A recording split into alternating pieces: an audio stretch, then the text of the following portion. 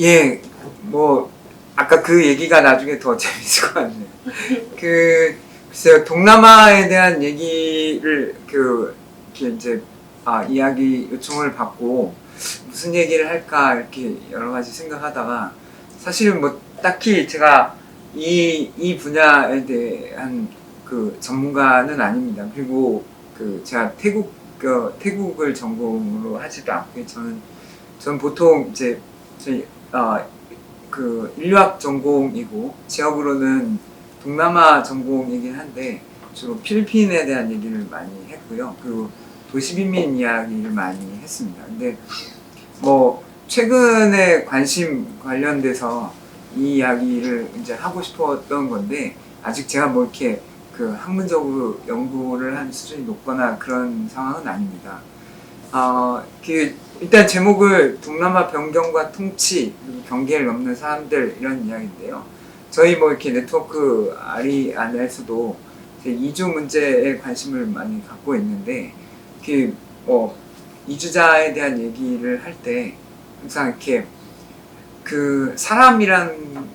이 사람은 어디에 속하는가 이런 데 대한 질문을 계속 할 수밖에 없더라고요. 그리고 그러면 이주한 사람들은 어느 틀 안에서 어느 이 경계 안에서 이렇게 정할 것인가 이런 게 항상 고민이 되는데 이제 뭐 이건 사실 많은 우리가 익숙하지 않게 많은 이제 이주민들이 오고 이럴 때는 결국은 포용이나 관용을 위해서는 새로운 상상력들이 필요한데 그러면 국가라는 건 뭐고 대체 이렇게 시민이라는 건 어떤 건지에 대해서 답은 아니지만 뭐 이렇게 머리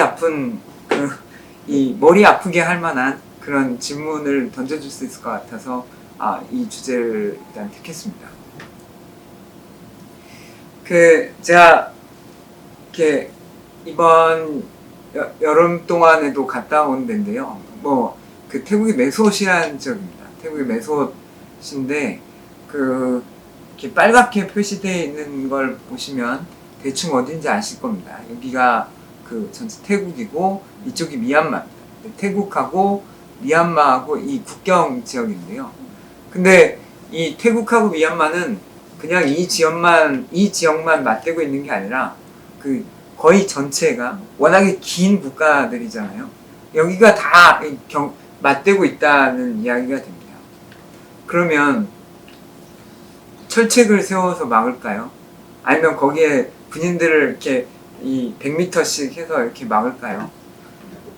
애초에 막는 게 불가능할 거라고 생각이 들 겁니다. 그리고 그래서 이 경계 이쪽 지역을 메소시라고 하고 이건 이제 전체로 행정구역으로는 딱주라는 데 돼 있는데 근데 아마 이제 잘 궁금하신 분들은 이 지형 지도를 보시는 게 오히려 도움이 될 겁니다. 여기가 이 지역을 보면 그리고 이 지역을 이렇게 만약에 이렇게 위성 지도를 좀 더 크게 보시면 그러니까 녹색 중에 약간 옅은 색으로 표시가 될 겁니다. 그 얘기는 결국은 이 산맥에 둘러싸인 어떤 약간의 분지 같은 그런 형태라고 할 수 있는 거죠. 제가 이번에 학생 4명이랑 갔는데 저 때문에 이렇게 제가 큰 사고를 사실 쳤습니다. 그리고 저 때문에 이렇게 모든 계획이 다 망가질 뻔했는데 왜냐하면 제가 이번에는 좀 태국에 길게 살아서 한 달, 한 5주 정도 치앙마이에 있었거든요. 근데 치앙마이에 여권을 두고 제가 국제면허증을 갖고 있는 게 있어서 그 정도 신분증이면 되겠거니 하고 이렇게 갔다가 물론 이게 이 비행기를 타고 갔으면 문제가 없었을 겁니다. 실제로 이렇게 국내 공항에서 바로 갈 수는 있는데 근데 치앙마이에서건 방콕에서건 이 차를 타고 가게 되면 이제 막판쯤이 되면 뭔가 이렇게 산맥이 나오기 시작하죠. 산맥이 나오고 그걸 이제 넘어가면 체크포인트가 나옵니다. 체크포인트가 3번이 나옵니다. 이 이야기는 여기는 왜 막을까요? 국경은 아니거든요. 국경은 아니고 그냥 우리로 치면 그 지역에 들어가는 어떤 체크 포인트인데 왜 여기를 단속을 심하게 할까? 그리고 그 나중에 알게 됐지만 그때쯤에서 더 단속이 심해졌거든요. 이 이야기는 들어오는 사람, 나간 사람을 뭐 다 통제하겠다는 거지만 기본적으로 그 제대로 된 시민권을 갖고 있지 않은 사람들이 이 지역 밖으로 나가는 것을 차단하기 위한 그 기제입니다. 그래서 외국인들도 체류 자격 언제까지 체류 자격을 확인하고 나서야 이렇게 들여보내주는 거였거든요. 그래서 이 지역은 이렇게 뭔가 태국과 미얀마 사이에 있지만 사실 되게 특수한 어떤 그 성격을 가진 지역이 됐습니다. 그래서 나중에 잠깐 말씀드리겠지만 이곳에 사는 사람들을 그냥 메소티안이라고 부르기도 한다는 거죠. 태국 사람, 뭐 미얀마 사람 이전에 이 사람들은 메소 사람들이라고 이렇게 생각하기도 합니다. 근데 여기가 익숙한 분도 많으실 거예요. 왜냐하면 한국의 단체들도 많이 이렇게 연관되어 있는 경우가 많거든요. 그러니까 실제 난민들이 많이 발생하고 이렇게 돼서 난민촌도 있고요. 그 난민 캠프들도 많이 있는데 이렇게 형성된 게 거의 20-30년이 넘습니다. 그리고 그러니까 로힝야 난민도 들어보신 분들이 있을 텐데 로힝야 난민에 비해서 이 메소 지역은 한국에서 더 많은 관심을 받았습니다. 뭐 여러 이유가 있겠지만 미얀마나 태국이나 다 다 이 불교 국가인데 이 사람들이 많이 넘어오는 카렌이나 카친 이 사람들은 기독교도가 많습니다. 그래서 한국에서 상대적으로 관심을 많이 받죠. 근데 뭐 그냥 여담으로 말씀드리면 로힝야족 같은 경우는 무슬림이라고 얘기하잖아요. 그래서 이렇게 한국의 개발협력단체, 한국의 이 불교단체, 한국의 이 기독교 단체로부터 그렇게 큰 관심을 받지는 않았습니다. 예, 뭐 국경의 구분은 있겠죠. 국경의 구분은 있는데 이 사진을 잘 보시면 네, 이 계단이 있죠. 계단이 있고 철조망이 있고 예, 저기 그냥 한 발짝 내면 미얀마 땅이에요. 제가 보는 쪽은 태국 땅이고 그리고 지금 보이는 다리가 우정의 다리. 이게 도로명으로 A1이라고 돼 있어서 사실 우리나라에서도 그 도로 이름을 쓰는 데가 있죠. 그러니까 아세안 길인데 그걸로 그냥 쭉 타고 가면 바로 미얀마를 넘어갈 수 있습니다. 그리고 이 길은 많이 열려 있기도 했고 어떨 때는 외국인한테도 열려 있기도 한데 쿠데타 상황 이후에 오랫동안 닫혀 있다가 최근에 풀렸어요. 그러니까 다시 풀리면서 이동이 이렇게 활발해지면서 사실 단속이 더 강화된 게 있거든요. 그래서 우리가 생각하는 경계 분명히 방글라데시 쪽으로 넘어가는 이렇게 로힝야 사람들이 넘어가는 데는 정말 이렇게 넘어가다가 총을 맞을 수도 있습니다. 근데 그런 국경도 있지만 길다란 국경 안에는 정말 이렇게 뻥뻥뻥뻥 뚫린 애들이 많이 있습니다. 그리고 그걸 그렇게 정확히 해서 관리될 그런 상황은 아닙니다. 그러면 그 이야기는 오랫동안 많은 사람들이 그냥 넘나드는 거죠. 넘나드는 건데 이 넘나드는 사람을 이렇게 정확히 단속하고 관리하고 이런다고 나라가 운영이 될 것 같지는 않지 않습니까? 그래서 이렇게 가끔씩 저렇게 이제 상황이 악화되거나 이랬을 때 역시 이 국경 지역에 폭격이 나기도 하고 그렇기도 하고 실제로 유혈 사태가 많이 나기도 하지만 일반적인 상황에서는 사람들이 왔다 갔다 할 수도 있고 뭐 우스갯소리 이 담장으로 넘어가면 뭐 몇 바트고요. 저 다리로 넘어가면 몇 바트예요. 다리로 넘어가는 것보다 이게 쌉니다. 그래서 언제든지 이렇게 물자가 왔다 갔다 할 수 있는 게 되고 그러면 이 세월이 길어지면 이 지역에서 태어난 아이들도 생기거든요. 그리고 이 국경을 맞대고 있는 저 미얀마 쪽에 있는 카렌 쪽은 그 미얀마 안에서는 소수 종족의 위치이기 때문에 많이들 넘어오고 싶어 합니다. 그래서 그러면 그 아이들도 있을 거 아니에요? 그럼 그 아이들이 또 중학생, 고등학생이 될 거여서 제가 이번에 간 건 이제 뭐 이런 개발 협력 사업에 지원을 해서 이제 선정이 돼서 저희가 그런 이주 학생들, 그 미얀마 학생들을 위한 사업을 구상하면서 간 거였습니다. 그래서 오른쪽에 보이는 사진은 이제 그 이주민 학교 중에 하나입니다. 이런 학교가 뭐 이렇게 수십 개 되고요. 이 이주민 학교의 학생 다 합치면 수천 명이 됩니다. 그만한 사람들이 이곳에 풀려 있는 거죠.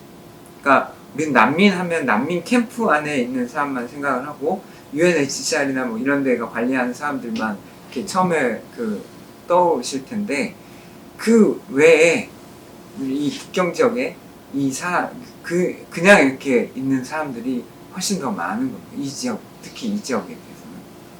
그럼 이 사람들은 어느 나라 사람이죠? 국적을 갖고 있을까요? 국적을 갖고 있으면 어느 국적일까요?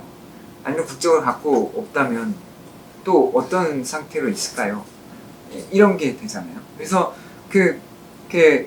뭐 사실 지금도 저는 혼란스러운데 이해가 잘 안 됩니다. 그러니까 여기에 있는 상황이라는 게. 그러면 뭐 불법 거주민이면 뭐 이렇게 단속을 해서 빨리 쫓든지 이래야 될 텐데 이 수십 년 기간 안에 이 사람들이 계속 생기면 이 사람들은 어떻게 관리합니까? 그런 문제가 되는데 어쨌든 이주민 학교라는 컨셉도 되게 재밌죠. 이 사람들을 공적인 영역에서 받아들일 이유가 없습니다. 정말 시민권이 없고, 그리고 이제 이 이른바 국경지대에 있는 사람들, 이 사람들을 이렇게 스테이트리스라는 사람들이라고 얘기합니다. 그러니까 국적이 없는 사람들인 거죠. 이게 미얀마하고 태국 국경에는 정말 많은 사람들이 있습니다. 수십만 뭐 이런 사람들이 이 스테이트가 없는 상태에서 살고 있는 거죠. 근데 우리한테는 지금 생각에는 스테이트가 아니고서는 잘 감이 안 오는 거예요. 그래서 대입도 잘 안 되고, 그래서 이 사람들을 어떻게 받아들일 것인가에 대해서 뚜렷한 상이 없게 되는데, 그나마 이 태국은 이 사람들을 그래도 비공식적이라고 하더라도 이주민 학교 틀 안에 이렇게 두기는 한 겁니다. 그리고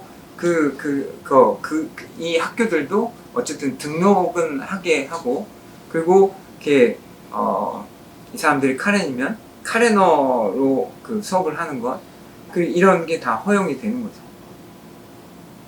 그래서 이렇게 이주민 학교들마다 조금씩 정책들이 다르지만 이 사람들은 글쎄요, 미얀마 사람이 되고 싶어서 교육을 받을까요? 아니면 카렌 사람이 되고 싶어서 교육을 받을까요? 아니면 정말 세계 시민이 되고 싶어서 교육을 받을까요? 태국 사람이 되고 싶을까요? 하나의 답이 나오는 게 아니겠죠.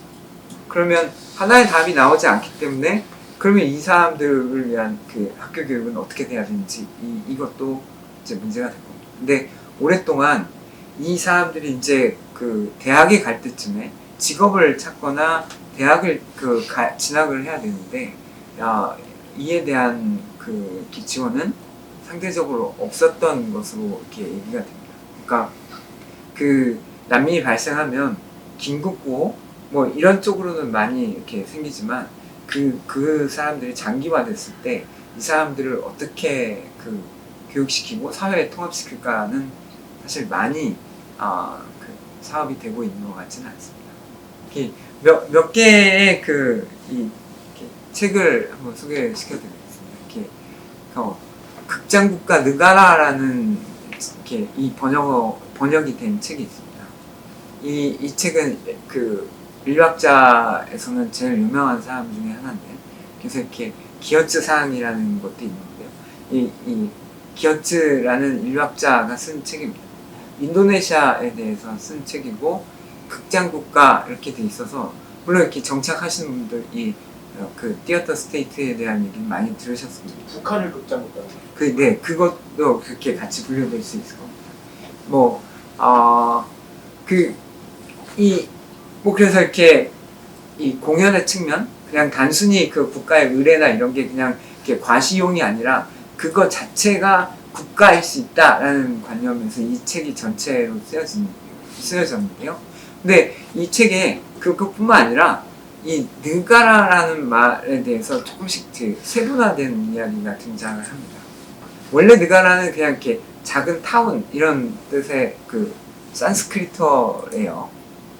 그래서 이렇게 인도네시아 고정국가 형태를 얘기할 때 이 느가라 얘기를 하는데 서구 사람들이 이제 자기 이해 근대 개념에서 최대한 잘 이해하는 게 관계농업의 통제를 기반으로 하는 전제군주 그 독재 체제라고 이렇게 생각을 했습니다. 근데 조금 더 이렇게 그 면밀히 보면 조금 다르다는 거죠.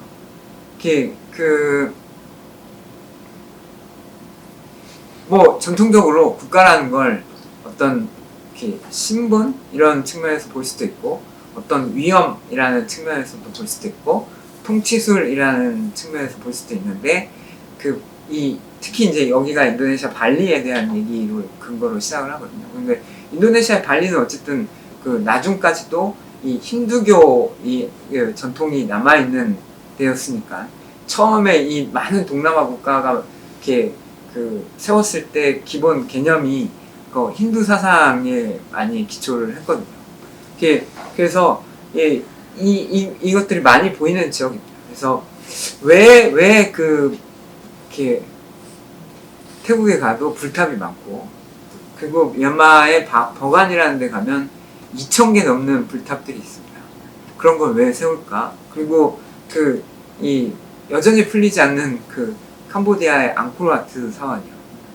그건 궁전이었나요? 왕이 살려고 만든 데였습니까? 그게 아니면 사원을 그렇게 미친 짓이죠, 사실. 그렇게 만들 이유가 뭐였을까? 그리고 너무 크다는 거죠? 너무 크죠. 그걸 웅장하고. 네, 그렇게 그러려면 몇 명이 그냥 차라리 이렇게 따뜻하게 밥을 먹고 그 자원을 왜 그렇게 썼을까? 인도네시아에도 보로부두르 사원이라는 데가 있습니다. 거의 한 8, 9층 높이의 그런 그 사원이 있습니다. 그리고 사람들이 이제 앙코르와트나 보로부두르 사원을 얘기할 때 그 형상 자체를 이야기할 때 만달라 시스템이라고 얘기하거든요. 근데 만달라 이야기는 여러분들서 이렇게 들어보신 분이 있을 겁니다. 그러니까 그게 이제 이 사람들의 통치 원리라고 이야기를 하는데 기본적으로 이렇게 지어진 데들은 동심원 구조예요. 동심원 구조라고 이야기하는데 그게 이제 이 사람들이 생각하는 우주라고 생각을 하는 거고 그래서 이 왕이라는 사람은 이 우주를 그러니까 이 우주와 이 인간 세계를 연결하는 어떤 한 존재가 된다고 믿는 데입니다. 그러면 이 왕의 이 권한은 얼마나 이 신상 이 하늘의 세계와 땅의 세계를 잘 연결시켜 줄 수 있을지를 보여주는 것이고 그래서 이렇게 사원이나 탑을 통해서 자신의 위치를 더 이렇게 더 높여줄 수 있는 거죠. 그리고 뭔가 이렇게 덕을 쌓아야 되는 일이 많은 사람은 더 크게 하고 있는 것 같아요. 버간에 가면 뭔가 이렇게 사고친 왕들이 더 큰 탑을 만들어 가야 근데 어쨌든 이 센터 개념이 이렇게 많이 등장을 합니다. 그러니까 이 어떤 표현까지 쓰냐면 이 동남아의 국가에서는 선이 중요한 게 아니라는 거죠. 선이 중요한 게 아니라 센터에서 얼마나 힘이 이렇게 가느냐 이게 경계라는 겁니다. 그래서 이 경계는 선이나 점으로 결정이 되는 게 아닌 거라는 거죠. 이 뜬구름 잡는 얘기가 계속되죠. 왜냐하면 우리는 그 생각이 잘 없으니까. 그래서 뭔가 이 보도와 아니 이 국가와 국가 사이는 이 점이나 선이 아닌 거고, 그러면 어딘가는 중첩될 수도 있어. 중첩될 수도 있고, 그리고 그건 어떤 사람이 속하는 건 하나만 속하는 게 아닐 수도 있다는 거죠. 점점 더 이상한 얘기가 있습니다. 그러니까 느가라라고 얘기했을 때는 그쵸, 어느 마을이라는 데는 분명히 어느 한 단위가 될 겁니다. 어느 한 이 영토의 개념을 갖고 있는 마을이 있겠죠. 근데 이 느가라를 움직이는 이 조직들은 하나가 아니라는 겁니다. 종교와 관련된 조직이 있고, 그 관계 체제, 여기 이제 논동사 지역이니까 이 관계 시스템은 되게 중요한 단위랍니다. 그러면 그걸 하나를 나누는 어떤 물을 관리하는 시스템 안에 이렇게 있는 게 되겠죠. 그러면 이 사람들은 뭔가 생산 체계와 관련된 공동체가 되겠죠. 아까 종교면 힌두와 관련된 의례를 하는 공동체인 거고. 그리고 그러면 이제 정치 리더에 해당하는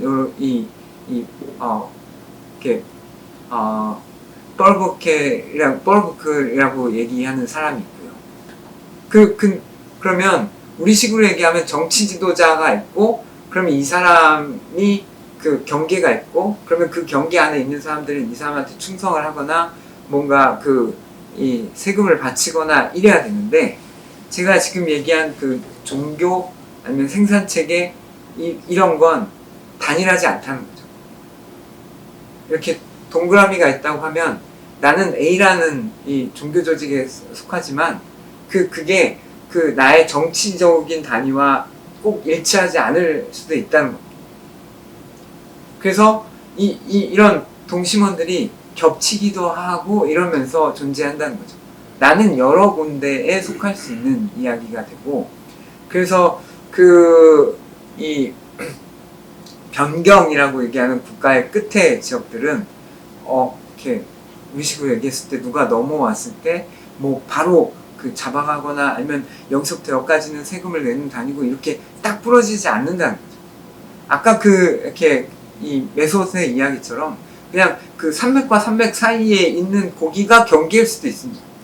그래서 그 경계는 그냥 넓은 물일 수도 있지만 그냥 그곳에 있는 어떤 큰 공간인 거고, 구멍이 뻥뻥 뚫린 이 다공성을 가진 그런 이 스페이스라고 얘기할 수도 있습니다. 계속 뜬구름 같은 얘기죠.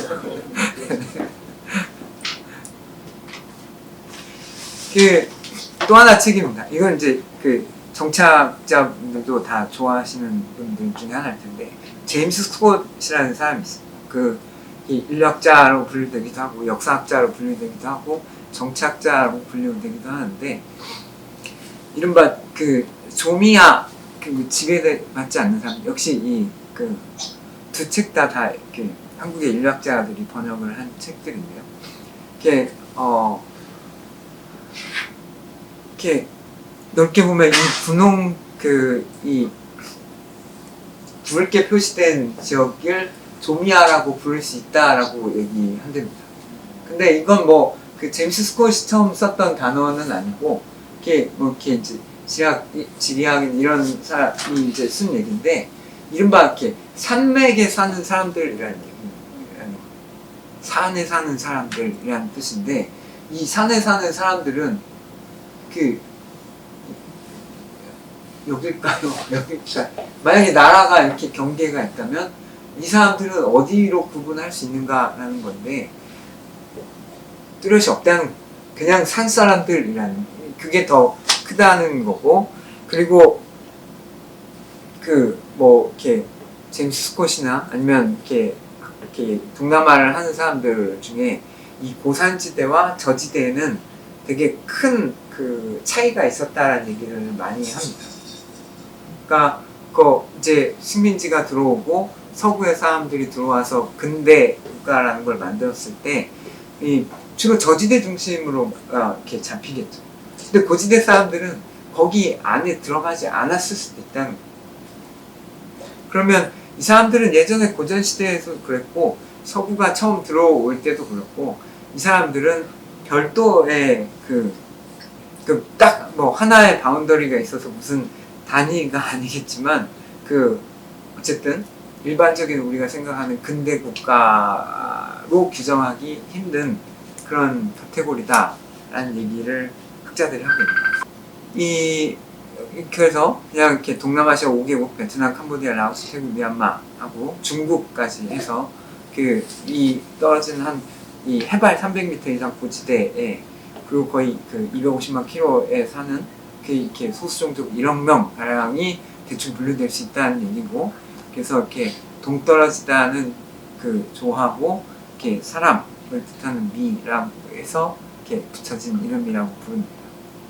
그래서 이렇게 넓은 평지에서 농농사를 주로 한 동남아 국가들이 이 착취를 일삼았고, 그런데 이 산으로 달아난 이들이 소수종족이 되어서 이 산악 아나키즘 집단이 생겼다고 이 제임스 스콧이라는 사람이 얘기했답니다.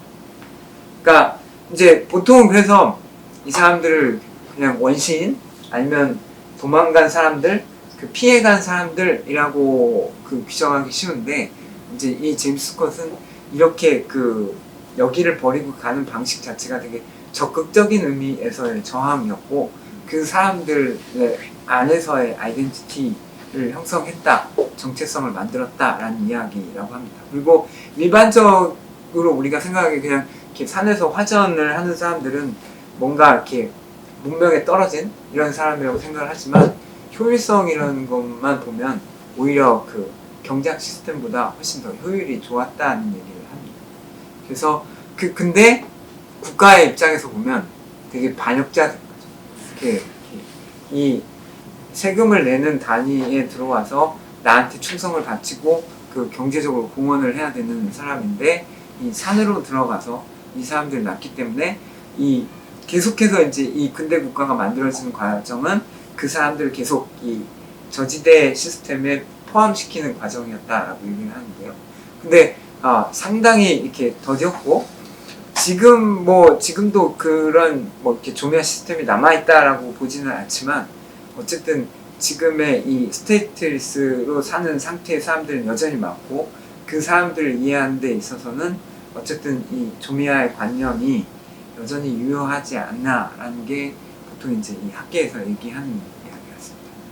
그래서 보통 이 시스템 안에서는 이렇게 우두머리가 없다라거나, 아니면 종족성에 대해서 되게 유연한 개념을 갖고 있다라거나 이런 특성들이 보이고요.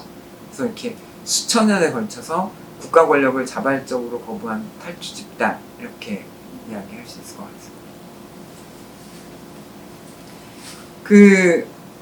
이건 제임스 스콧 얘기가 아닌데, 이렇게 이 파란색 부분에 보면 우리 보통 이렇게 역사라는 게 기록이 있는 사람들에 대한 얘기인 거잖아요.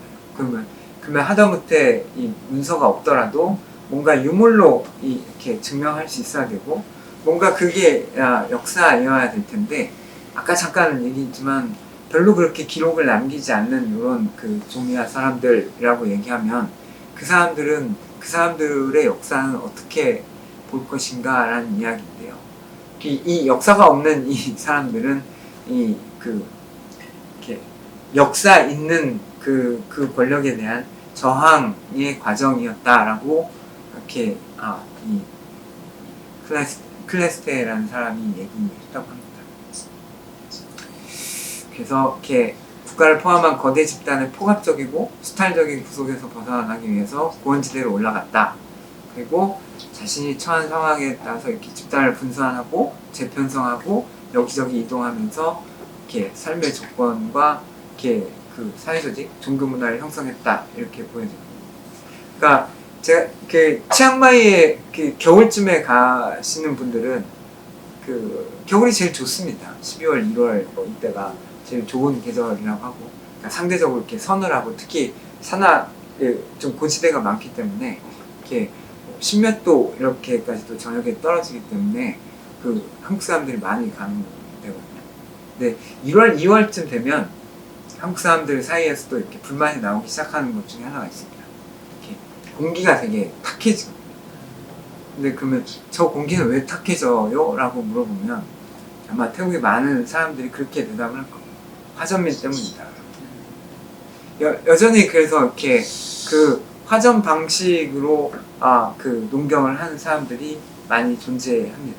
그러니까 그때쯤에 이제 태우고 이렇기 때문에 이제 거의 뭐 이렇게 저쪽 그 수마트라 섬 같은 데서 있는 그 연무나 헤이즈라고 부르는 것처럼 그렇게 뿌옇게 형성되기도 하거든요. 근데 어쨌든 지금도 태국의 그 이렇게 중앙 정부는 그 사람들을 이렇게 그 사람들을 오히려 이제 환경 파괴 주범이라고 이제 하면서 점점 이렇게 끌어들이려고 하고 있죠. 근데 어쨌든 계속해서 이렇게 전통적인 방식 그렇게 사는 사람들이 동남아는 여전히 존재한다라고 볼 수 있습니다.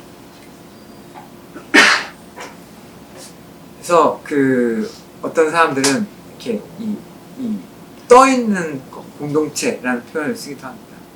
그래서 이렇게 이 국가를 형성하지 못한 집단이라고 얘기하고, 그래서 이렇게 태국에 있는 미얀마 사람들 중에 그럼 이제 카렌이나 카친 사람들이 많거든요. 이 사람들은 산악민이고 카친은 대부분 이제 기독교고 카렌족은 30% 정도가 기독교가 됩니다. 그래서 강제 군대 징집이나 징용을 피하기 위해서 아니면 그 카친이나 카렌도 자기들 군대가 있거든요.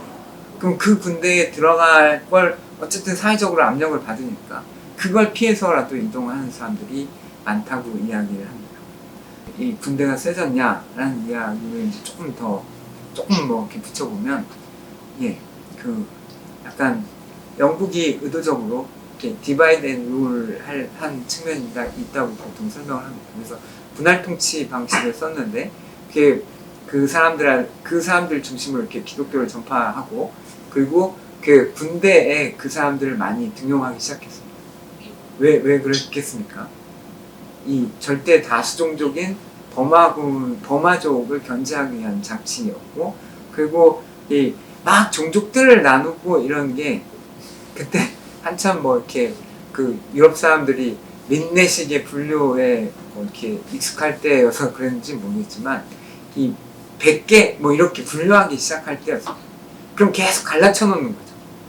이 한 국가의 사람들을 갈라쳐 놔서 지금도 어쨌든 그 사람들은 자기들이 이렇게 다르다라고 이렇게 규정하면서 이렇게 종족 이름을 대긴 하지만 그 작업이 가장 이렇게 본격적으로 되던 때는 대부분 다 식민 시기였어요.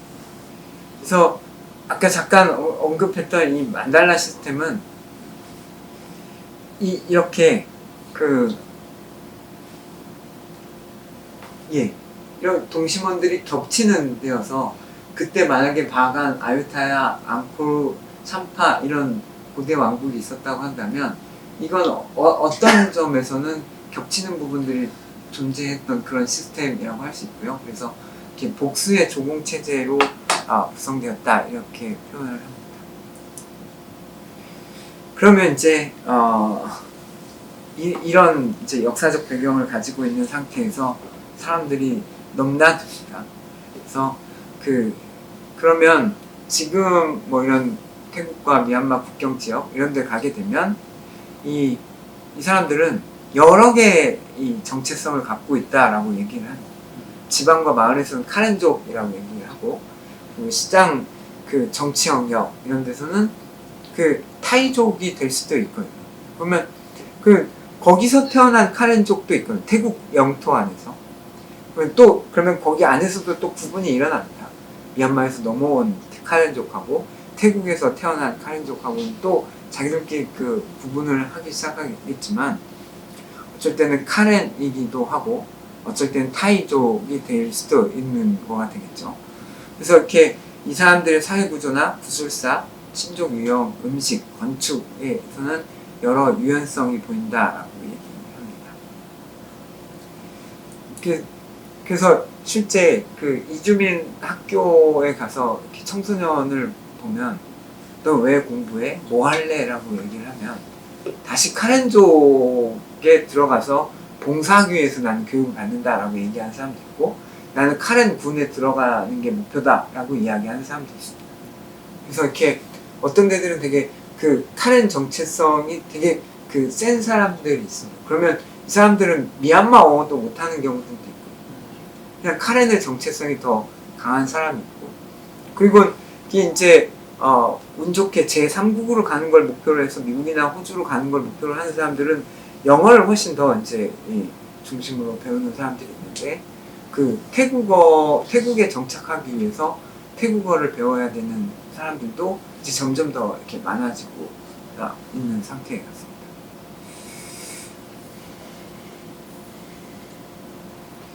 그래서 이렇게 이 미얀마와 태국 국경 지역에 거주하는 사람들이 오히려 난민촌에 사는 사람은 9만 명이라고 하는데 이 무국적자 수는 48만 명이라고 해요. 그러니까 이 난민 규모보다 훨씬 더 이 무국적자는 많고 이건 등록된 사람 기준인데 등록되지 않은 사람들을 합치면 이제 얼마가 됐을지 사실 상상하기 어려운 숫자가 됩니다.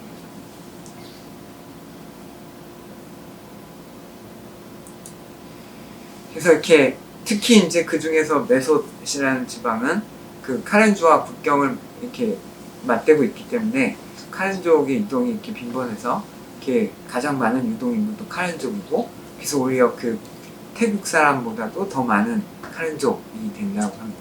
그래서 태국 인수가 11만 명인데 미얀마 출신 인구가 최소 22만 명이다라고 하고 만약에 미등록된 사람을 합하면 3, 4배일 것이다 라고 합니다. 그래서 아예 미얀마에서 넘어온 사람들 그리고 태국 사람들 그리고 이제 어떤 사람들은 이제 이른바 난민 비즈니스라고 표현하는 사람들이 있습니다. 그러면 전 세계 뭔가 유엔 기구를 비롯해서 국제기구 관련돼서 일을 하는 사람들이 그 매속 공간에 있게 되게 독특한 이 메솥을 만들고 있는 게 되고 글쎄요. 그러니까 뭐 어떻게 해결될까 이런 거 보면 좀 사실 답이 잘 안 나옵니다. 그러니까 어떤 이 난민 지역이 되게 장기화 됐을 때 어떻게 가야 될지에 대해서 사실 그 명확한 방향을 잡기가 참 어려운 면이 있는 거죠. 그러면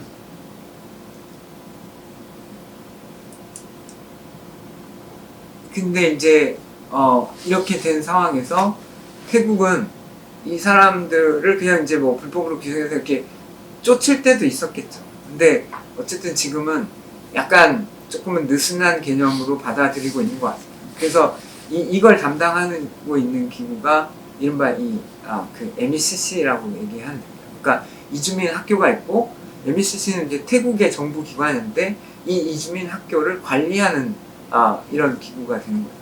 그러면 여기는 어느 정도 최소한의 조건을 갖추기만 하면 그러니까 태국어 수업은 있어야 된다라고 얘기를 합니다. 태국어를 잘하는 것 같지는 않지만 어쨌든 명분상으로라도 이렇게 태국어를 교육하는 건 갖추고 있어야 됩니다. 그래서 이렇게 그리고 네 아까 이제 일반적인 권리가 주어지지 않는다고 그랬습니다. 그러니까 임시증 이런 것만 있어서 그렇기 때문에 이 체크포인트 밖을 나갈 수 없는 상태인 건데 이른바 10년 거주증이라는 게 발급되기 시작하고 있습니다. 이건 되게 원래 이제 뭐 이렇게 전문직을 가진 외국인들한테 적용되는 건 텐데 이게 이주민들한테 어쨌든 되거든요. 그럼 장기적으로 약간씩 포섭하는 이런 정책이라고 볼 수도 있습니다. 그러면 이 10년 거주증을 받게 되면 그 지역 안에서 취직을 하거나 뭔가 새로운 길이 열릴 수 있습니다. 그리고 이주의 그 범위도 훨씬 넓어질 수 있게 됩니다. 근데 이제 재밌는 건 그러면 그 10년 거주증을 받는데 돈이 얼마나 필요하냐? 이게 다 다릅니다. 되게 고무줄처럼 돼 있어서 그게 이제 공식적인 가격이 있을 텐데 그 가격대로 거래가 되지 않습니다. 그럼 여러 개의 그 비공식적인 거래로 이렇게 되기 때문에 이 사람들이 다 쉽게 가질 수 있는 상태는 아닌 거고 그래서 이렇게 사람들의 이주의 그 이동의 자유 이런 건 여전히 묶여 있는 걸 텐데, 근데 약간 이 태국의 정책에서 보게 되면 글쎄요, 그러니까 우리가 생각하는 불법 미등록 이런 사람들을 어떻게 관리할 것인가에 대한 조금 그 생각을 할 수 있게 됩니다. 그러니까 무조건 여기를 통합시키거나 그 하나로 묶으려고만 하면 아마 더 큰 마찰이 났을 수도 있을 것 같습니다. 그리고 실제로 이제 이 태국은 여러 그 국경을 맞대고 있는 데 중에 아까 이 미얀마 국경을 맞대고 있는 데도 있지만 남쪽으로 가면 말레이시아 국경을 맞대고도 있습니다. 근데 그 인도네시아가 서파푸아한테 했을 때의 얘기나 아니면 이 태국과 이 말레이시아 이 사이에서의 그러니까 태국의 남쪽은 되게 태국스럽지 않은 사람들이 실제로 살고 있거든요. 말레이어를 쓰고 이슬람을 믿는 사람들이 살고 있습니다. 그럼 그 지역에 대해서 뭔가 이렇게 통합적인 정책을 하거나 태국어 위주의 정책을 하고 이랬을 때 오히려 탈이 난다는 거죠. 그리고 실제로 그래서 그 태국의 남쪽 지역은 이렇게 자치나 독립을 요구하는 이 반군 세력이 꽤 크게 자리를 잡았습니다. 근데 그게 어느 때 됐냐 그러면 예전에 고전 시대 이 방식이 아니라 이제 이 태국도 이제 이 국민국가가 형성되기 시작할 때는 이렇게 서구 근대 개념으로 이렇게 포섭하기 시작하는데 그때쯤에 이제 더 강하게 죄기 시작했을 때 이 튕겨나가는 힘은 더 세진 걸로 이렇게 역사적으로 보입니다. 그래서 일단 거의 이렇게 마무리하겠습니다. 그래서 이렇게 동남아 많은 국가의 경우에서 동아를 강화하거나 아니면 중앙 집권적인 통합 압력이 강하면 강할수록 분리나 자치의 욕구는 이렇게 증가한 경향이 있다라고 볼 수 있는 것 같고요. 그래서 이렇게 다양성 안에 통합이 너무 이상적으로 들긴 하지만 그 문화 다양성을 존중하거나 아니면 어느 지역의 자치를 보장하는 게 오히려 이렇게 무난한 통합을 이룬 경우가 많았다라고 역사적으로 이렇게 볼 수 있는 것 같습니다. 최소한 이 동남아 지역에서. 그래서 이렇게 그 고전적 조미아나 느가라 시스템이 현대에서 적용이 어렵겠지만 이런 국경과 경계에서 어떻게 조화를 이룰지에 대해서 사실 조금 생각거리를 주는 건 맞는 것 같습니다. 그래서 우리 영토 안에 이렇게 들어온 사람들, 그 사람들이 우리가 규정하는 어떤 시민에 들어가지 않고 등록되지 않은 사람들을 이제 계속해서 생성되고 있었을 때 어떻게 관리해야 될까 하는 건데, 예, 어쨌든 이제 한국도 뭐 이제 이렇게 얘기하는 게 한국도 점점 이제 이 문제들이 남의 문제만이 아니잖아요. 그리고 뭐 이렇게 우리 사회에 있는 이주민들 뭐 이런 사람들이 이제 250만까지 넘었었고 그래서 인구의 5%를 채운 적도 있었고 이렇게 되기 시작했을 때 과연 이런 종족 문제 아니면 이 다른 문화적 그 배경을 가지고 있는 사람들이랑 어떻게 조화를 이룰 것인지 명백히 우리가 가지고 있는 지금의 민족 개념을 그대로 갖고 있으면 계속 탈이 나게 될 거고 그러면 이건 이 안으로 응집시키는 힘보다는 그 사람들이 자꾸 이렇게 밖으로 튕겨내가는 압력으로 작용할 가능성이 훨씬 크다는 생각이 듭니다. 네, 일단 제 얘기는 여기까지 하겠습니다. 어느 정도는 지원을 받지만 전체는 아니게 됩니다. 그래서 그걸 움직일 만한 게 이제 사실 약간의 가버넌스 체계가 미얀마 커뮤니티, 카렌 커뮤니티 안에 조금은 있습니다. 그리고 계속 후원을 받거나 이런 것도 있고, 그리고 만약에 어떤 이주민 학교는 뭐 이렇게 미국이나 유럽의 어떤 종교기관의 그 펀드를 많이 받는 데가 있고, 아니면 뭐 이렇게 시민사회의 돈을 받는 것도 있어서 이 전체가 다 뭐 충당될 만큼 태국 정부에서 지원을 받고 있는 것 같지는 않습니다. 아까 잠깐 말씀드렸던 그 가버넌스 체제는 오히려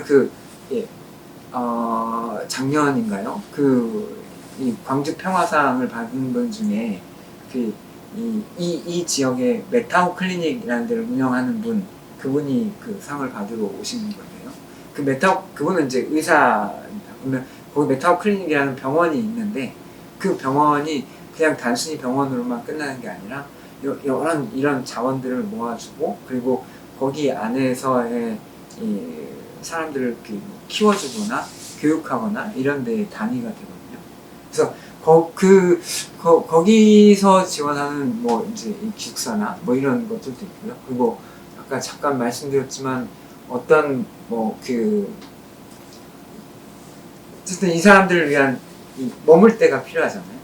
그런 건 한국의 교회나 이런 데서 제공을 받는 데도 있고 뭐 여러 다양한 소스들이 이렇게 다 공존하고 있는 것 같지만 경제적 이유가 분명히 크죠. 크게 있습니다. 그리고 이렇게 여기는 꼭 태국, 미얀마뿐만 아니라 태국하고 또 동쪽은 라오스가 접경을 하고 있어서 그 지역에는 그래서 모든 라오스 사람들은 태국에서 일을 하고 싶어 하는 게 있는 거고 당연히 이렇게 태국이 되게 높고 그 인접 국가들 중에는 경제 수준이 많이 차이가 나는 데들이 많이 있어요. 그래서 안 그래도 이주 노동자는 원래 많은데 지금 특히 이제 그 이주 노동자야 정식 어떤 절차를 거쳐서 뭔가 이렇게 비자를 받고 오는 사람들도 많을 텐데 오늘 특히 그 카렌 그 경계에는 더 이렇게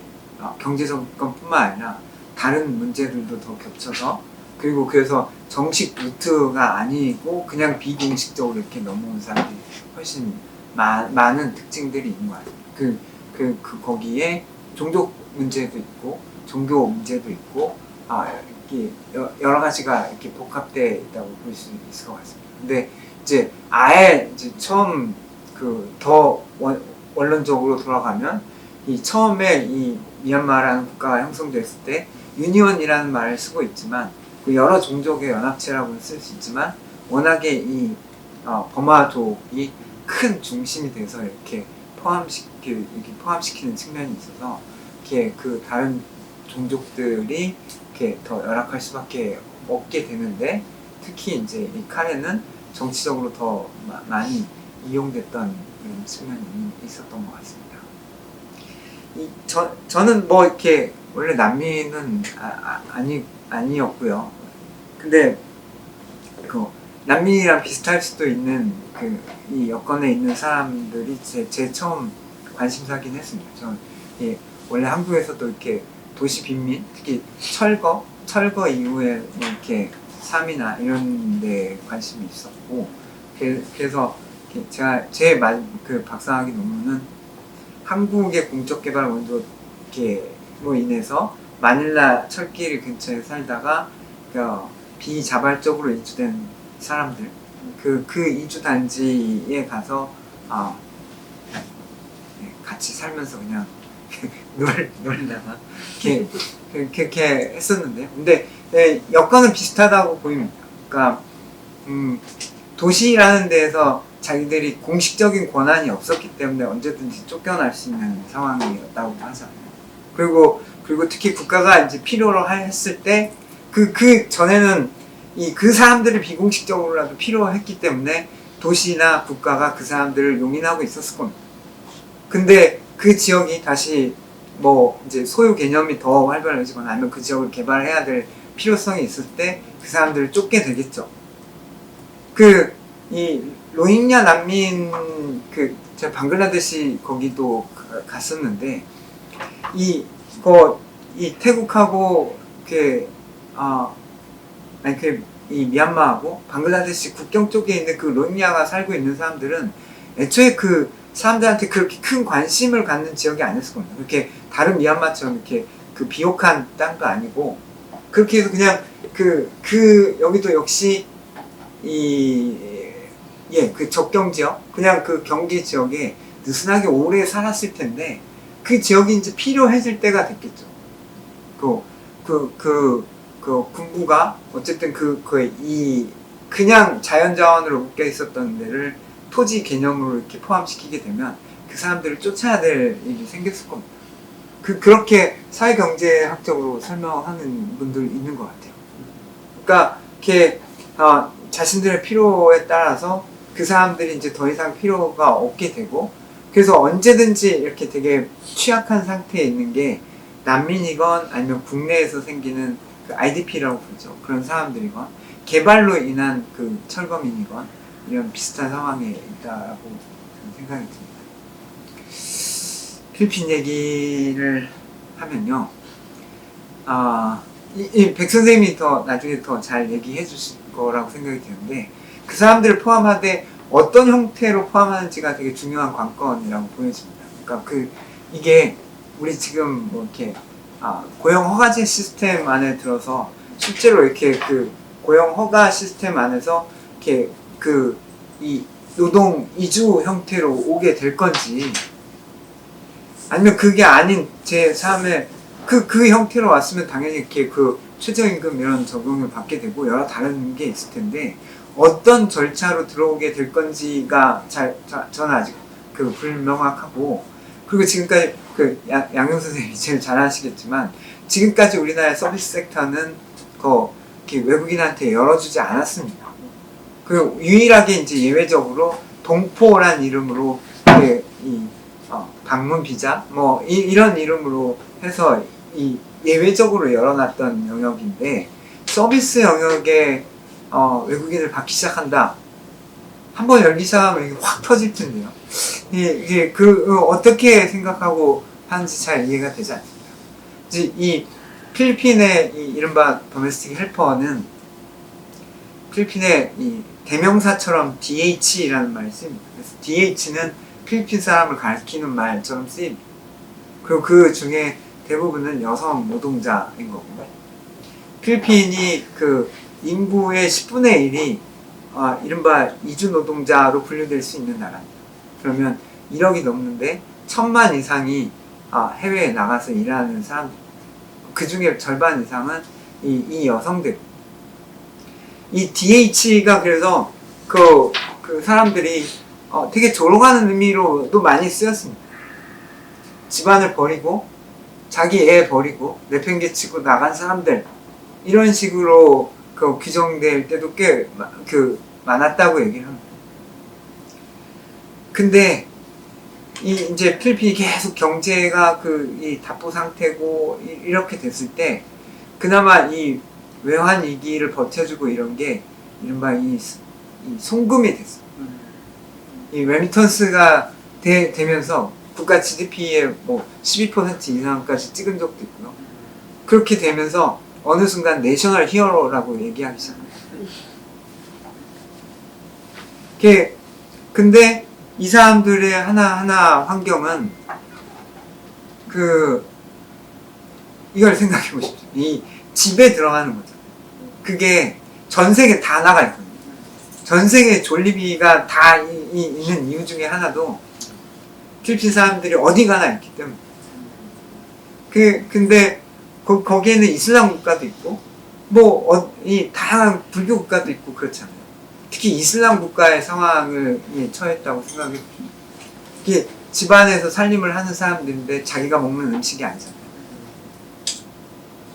그리고 특히 모든 이슬람 국가를 칭하는 건 아닌데, 사우디나 이런 몇 개의 중동 국가에 대단히 성인지도가 낮은 국가들이 많아서 폭력 아니면 강간 살인까지도 되게 많이 보고가 돼요.